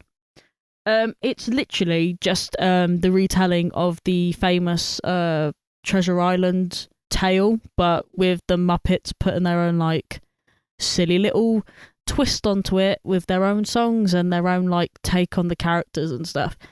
Yeah, I remember watching this quite a lot as a kid. Well, I say quite a lot, not a lot, but enough apparently to remember some of it, but not a lot of it. And it was a movie. What did everyone think about this movie? It sucked. It was bad. I'll just say it. This sucks. I was so bored. It's okay. This is the worst one we watched for this episode, which is a shame because you almost want to go out on a high, but this wasn't it. There was a point where we all stopped paying attention. Yeah, this is not the movie for me. Yeah, I don't really think that the Muppets is really my type of humor, but this is like I don't feel like this is particularly funny, and as an adaptation of Treasure Island, I would much prefer something like Treasure Planet. I find to be a lot more engaging and a lot more visually interesting. This is just everything is like it's stepped down from like A Christmas Carol in this. I feel the characters I don't care about. There's like a main character in this who's the main character is supposed to be like Jim, supposed to be like, and he's this kid who's well, what is he supposed to be? Because in this movie, we don't really know. He's like a naive kid. He wants to see the world, and he's gone on board with these pirates who'd taken him to Treasure Island. I didn't really get anything from Jim. The actor who played him, I don't think, did a particularly good job. But then it's also like a fault of the script, because I don't think he was included as much as he should have been, because it's also about the Muppets, and we want to get more about the Muppets being in this, and that's the whole gimmick. But as a character, I don't think Jim was a very strong protagonist at all.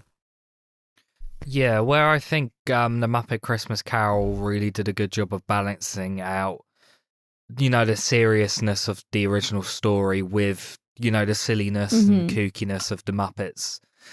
I don't think this film did that well at all. I think it relies way too heavily on the silly aspects, and it just kind of doesn't really develop the serious bits. And when they do try and develop it, I don't think they do a very good job with it. This does kind of just feel like them trying to recapture what made the Christmas Carol film work really well, and they never really managed to do it.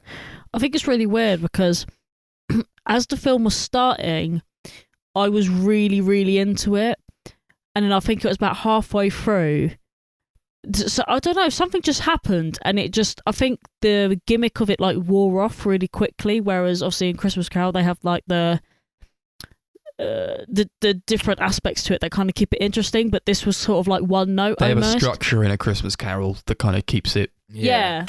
And I felt like this was just a bit bizarre because I was really into it, and then the second that they stole the map and they were going on to the island and they stole Jim, I was like, I don't care about this anymore. Like, they could stay on that island forever for all I give a shit. Yeah, I really enjoyed like the first 10-15 minutes. When they're like in that, I guess, like pub sort of place where Jim, Rizzo and Gonzo work, along with Billy Connolly there. That I was really enjoying. You got that the guy Blind Pew comes in. You can't see anything, and he's like stumbling around trying to find him. I thought all of that was really funny.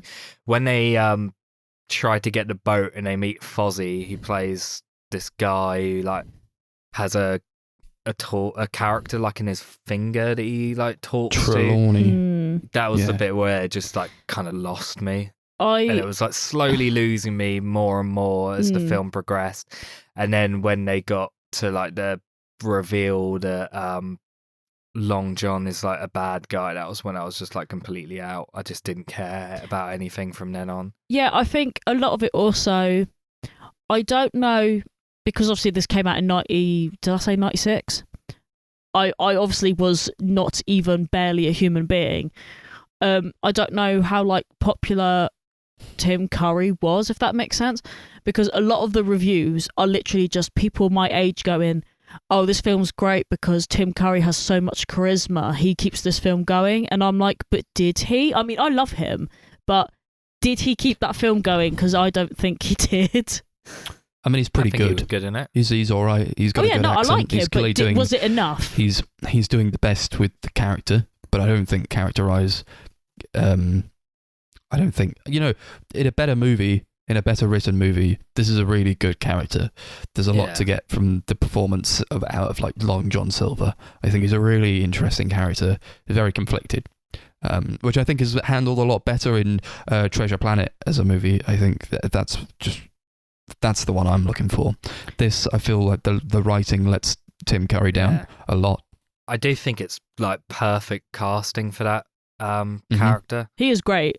Don't get me wrong, like I think he's great, but the fact that all the reviews say that it's great because of Tim Curry alone, I'm like, but was it great though? It wasn't a great film. I think both him and Billy Connolly are really good in the movie, and I think they perfectly fit those roles. They do. But I just don't think they were given much to work with. No, it's kind of like, it's the shame really of putting really good actors in something that's not very well written. Because it just goes to show that you can be really great in a bad movie, but it's not going to make the movie good. If that makes sense. I was quite on board with this movie up until the point where Billy Connolly died. That was really early as well. Like that was literally so early. Like, I don't know, 10 minutes in. Yeah. I really like Billy Connolly. I thought he was really nailing that. He was really chewing the scenery. He's like a terrific actor. I was pissed off he died, to be honest. But then he died for no reason. Yeah, absolutely no reason. He dies of fear. Felt like it. He dies of he gets the black spot. He gets the black spot, which basically spot. just means that he's going to be murdered, and he dies because he's so scared. Which is a poor way to use Billy Connolly, because he's such a charismatic actor. So that's what I kind of dropped out. Yeah. Like, okay. It was a bit of a shame. That was when I started. No one's going to be as good as that. He was really cool, so it was a shame. I actually thought it would have been really cool if he stayed alive and the whole film was just like him trying to avoid being murdered. Yeah, I watched this film a few times as a kid, but I didn't really remember it at all. So I just assumed he was in it more. I didn't realise he died that early. I remember someone dying, but I didn't know it was him. I remember him getting let's be the black honest, spot. all those Muppets should have died when the house blew up. But they all survived. 100%. And Billy Connolly dies of nothing.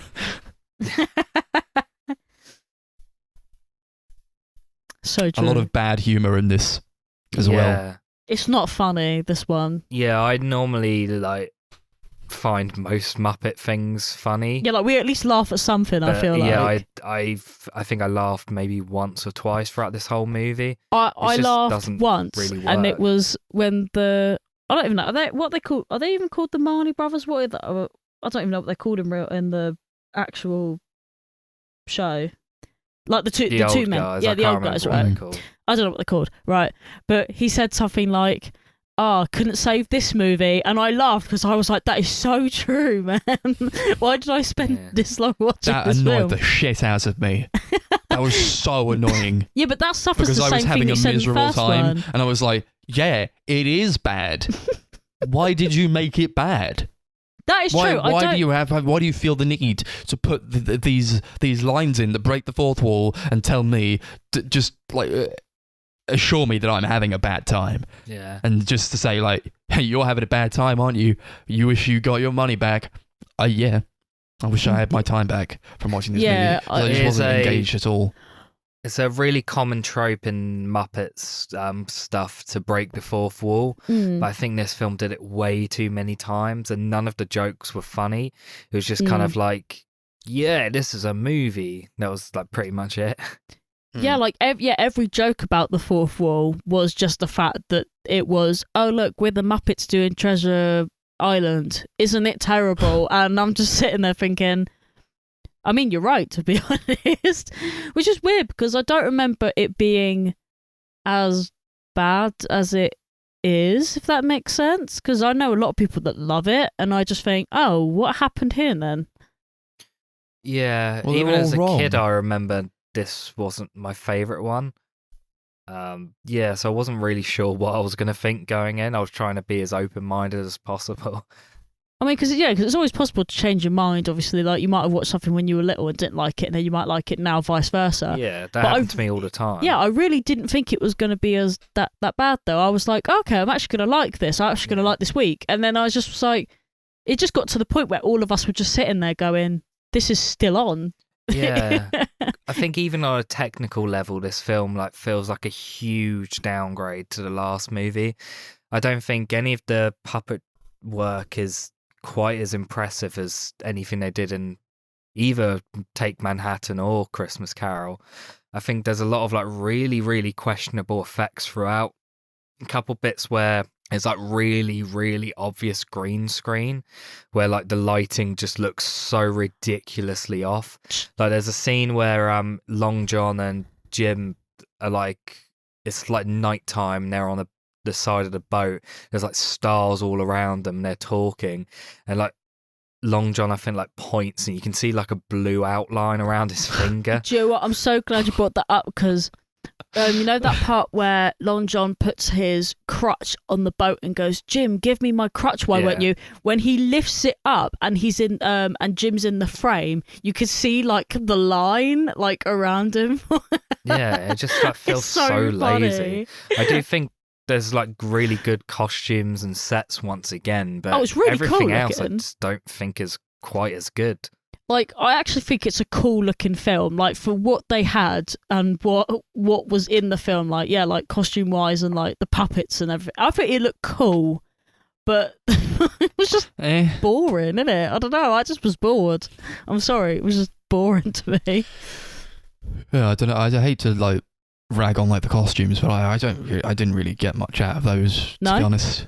Kermit's was terrible, but it's just, it's pirates, so I don't get much from the costumes really at all, because it is just, it's kind of like a generic type of costume you think you would associate like a with a pirate. It's like, it's like a Halloween outfit or something, and they're all wearing Halloween outfits and trying to do this adaptation of Treasure Island, and it doesn't work.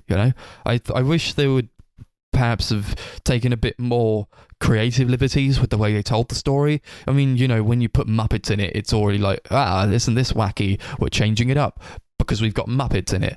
But I wish they'd gone just a bit further and tried to go for something that, I guess they've got, the songs, but the songs aren't very good. And the songs are awful. They're really bad, I just wish they'd done more with the concept, I think. You could have done something really interesting with this and Muppets, but they didn't. Yeah, definitely. Like, the songs compared to the previous two movies are like shockingly bad. I don't know who they got to write them, but they are just terrible. Not a single one of them is memorable in any way. There's like no catchy melodies or anything. Kevin Bishop, who plays Jim, who's like got a fairly successful career in like comedy now, his singing voice is so bad. It's like really grating to listen to. It is. Even Tim Curry, when he's singing, I don't think is that good, which is weird considering like how great I think his voice is in Rocky Horror. I just don't think anyone really is great.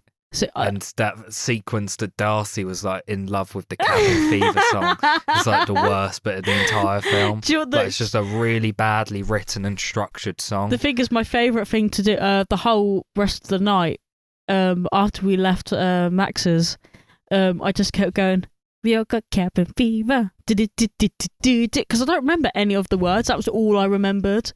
But for some reason, it is just a bunch of things that happen on the ship. Yeah, they're trying to be very flamboyant with it, in terms of like the set design and like props, I suppose. But then it's just segments within songs where the Muppets do a little jig and say some things. There's like German Muppets who just say a bunch of discordant German words that mean nothing when they're all stringed together It's not really a sentence. It's just German words. Yeah. And what am I supposed to get out of that? And it's also not a good song, just first and foremost. I'm already not having a good time with the song itself. Yeah, but it was just weird. The pieces that make up the song, they feel very disjointed. Yeah.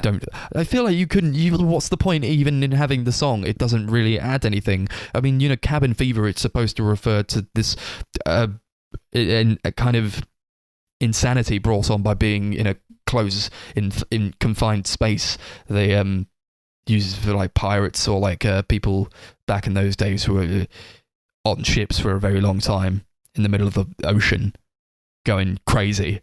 But I didn't get that from the characters. They were just like, I think I have cabin fever now. And then they sing a song about it. Yeah, I feel like it's going to sound really weird as well, but when you have characters like the Muppets who are already kind of like kooky and weird, it's what's cabin fever to them? Does it look any different? Because I didn't feel it was any different. It was just them going, yeah, what Max just said. They just sat there and went, I think I'm going crazy because we've been on the sea for 6 weeks. And they're like, yeah, same. And then the song just breaks probably just out. because the plot demands it, and you know, probably. Let's put it in. This is probably what would happen. Why not? We get an extra song in there.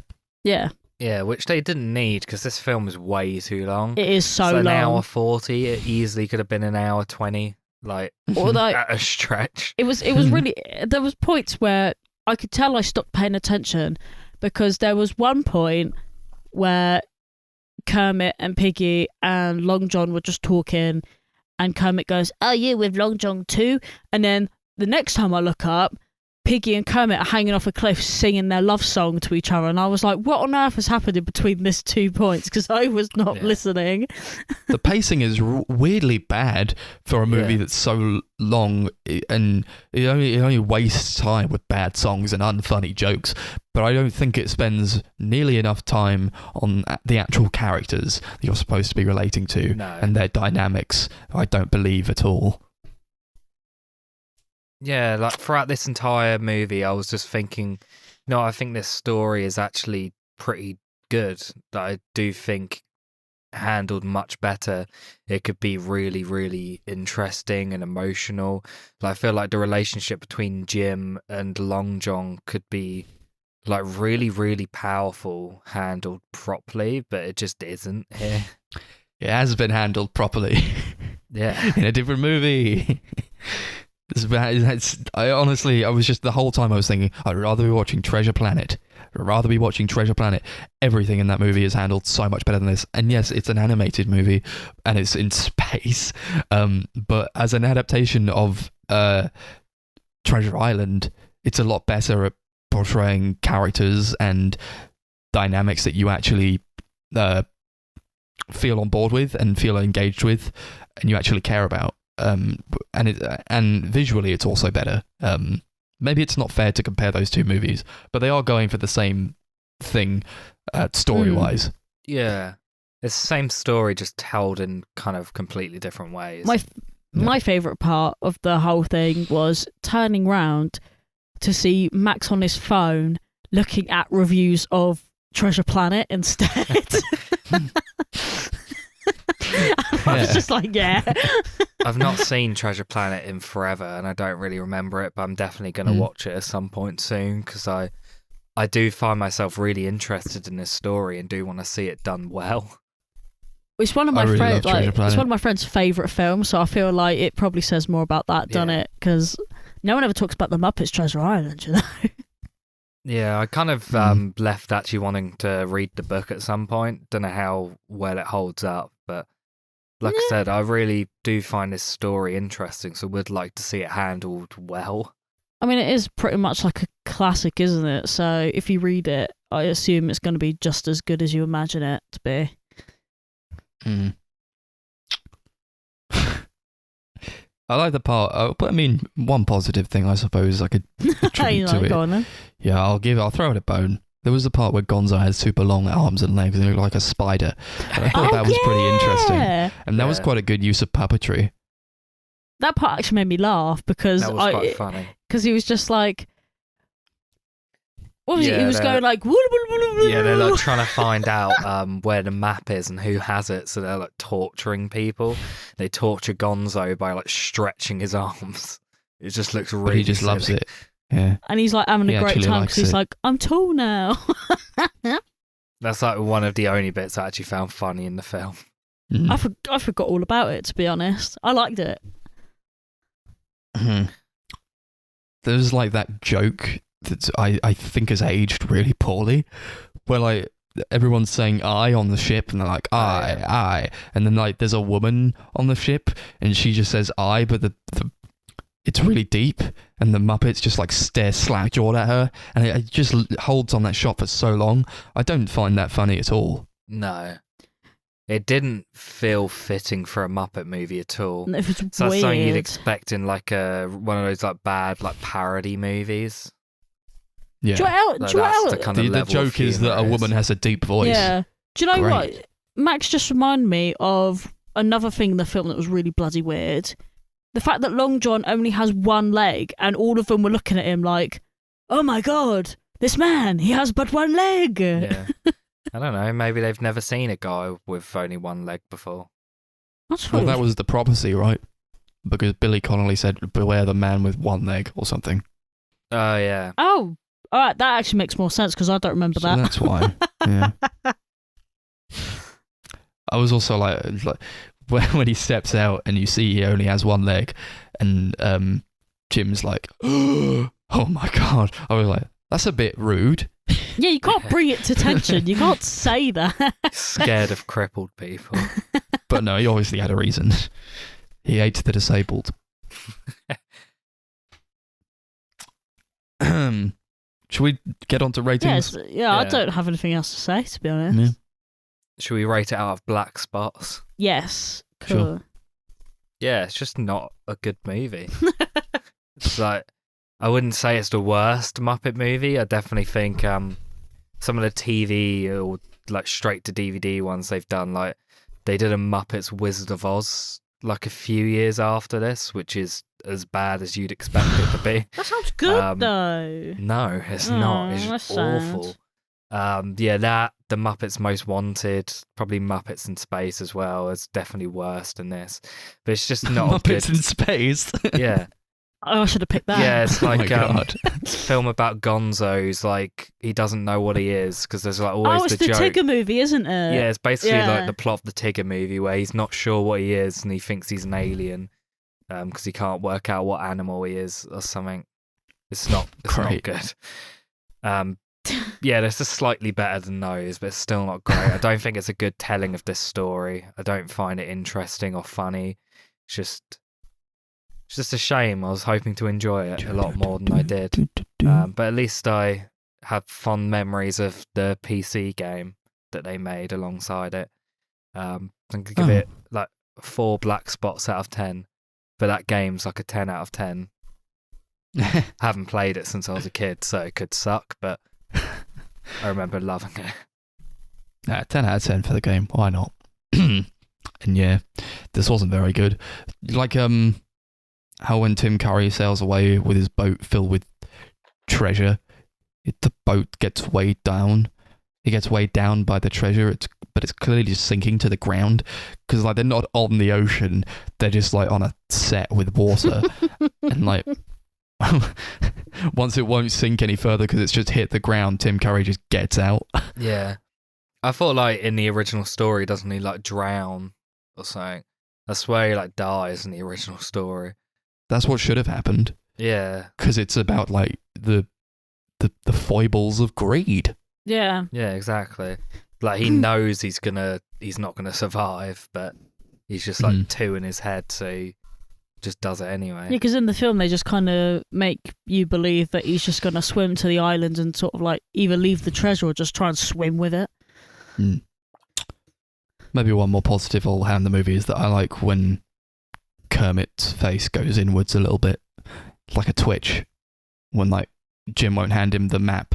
It's like he just kind of his twitches face a kind bit. of goes, It's pretty cool. But the movie sucks, and I don't like it. So 4 black spots out of 10. Yeah, I don't really know what else to say about this film. Yeah, I really was with it. Like, I was rooting for it. Like, I was like, yeah, let's go. This film's gonna be great. And then for the first, I actually think I liked it for about the first half an hour or 45 minutes, and then after that, it's almost as if it like just stopped and then just hit down like this dead end, and I couldn't do it anymore. I wasn't interested in it, and it was a bit too long, I would say. So because I did like some of it, I'm gonna give it 5 black spots out of 10. Cool. Not enough Lovely. animal. He's the best Muppet. He's annoying. He's epic. No, he's epic. Yeah, He's a cool he Muppet. sexually harasses a woman in the first of these 3 movies. Woman. Yeah, that was questionable. It was questionable. And there we go. There we go. That's the Muppets movies. Some of them don't want to watch a Muppet movie ever again. Don't care about the Muppets. Yeah, I feel like we got a good selection of Muppets movies. It kind of gives you an idea of what to expect from this franchise. Well, actually, I should have picked Muppets in Space, because then we would have seen some really sad sides. Next episode, we got a free-for-all. Mm-hmm. It's the first episode of the month. So we've got a guest spot on this. Our good friend Connor, who started the podcast with us, been on many an episode. He's picked a movie for us to watch, which I guess I'll just say. So we've just picked any movie that we wanted. His selection was the 2006 movie directed by Christopher Nolan called The Prestige. Yeah. It's a good movie. Should be an interesting discussion. Cool. Yeah. And yours, Chris? Yeah. I have picked a film from one of my favourite directors, who has got a new movie coming out called Licorice Pizza. My pick is Paul Thomas Anderson's Punch Drunk Love, one of my favourite movies of all time. Really excited for us to talk about it. Cool. I've got the Criterion. It's not a good one, same. but I've got it. It looks great. It just doesn't have a lot on there. Yeah. It's a shame, isn't it? My pick is a movie that I know Chris has watched, but I want him to watch it again. And I know Darcy has not watched, and I want her to watch it. It is a movie that not a lot of people have seen. I feel as though it needs a bit more traction. It needs more eyes on it, because it's really bloody good. So I'm going to recommend a movie that came out last year, and it is directed by Michelangelo Covino, and it's called The Climb. Fuck yeah. Love that movie. Okay. And I have gone a bit, I want to say kind of left field with this one, because I was just on Letterboxd looking for films for the free-for-all, like I could put in like my watch list. And this film came up. Chris has seen it, and it looked quite interesting. And then obviously I put all these films into a wheel, and it picked me this film. And I actually do want to watch this film, so I'm actually quite excited. It's from 2019, and it's a Georgian film, so it's going to be subtitled for obvious reasons. And it's called And Then We Danced, directed by Levan Aiken. I don't know if I've even said that correctly. Awesome. That's that then. We got Punch Drunk Love, The Climb, And Then We Danced, and The Prestige. That'll be on episode 58. Tune in for that. In the meantime, maybe you want to start on the show, season 1 of Oz. That's on Now TV if you're in the UK, or HBO in America. That'll be on episode 65, quite a way away. In the meantime, social medias. You got YouTube, The Sunday Movie Marathon, Twitter, at Sunday Movie Pod, Facebook, at Sunday Movie Marathon, and Letterboxd, at Sunday MM. Capital S, capital MM. Thanks all for listening to the Muppets. Ba-ba-ba-da-da. Scooby-Doo. You suck. I'm trying not to get copyright struck. When I'm through with you, they'll never find your body. And even if they did, all they find would be teeth.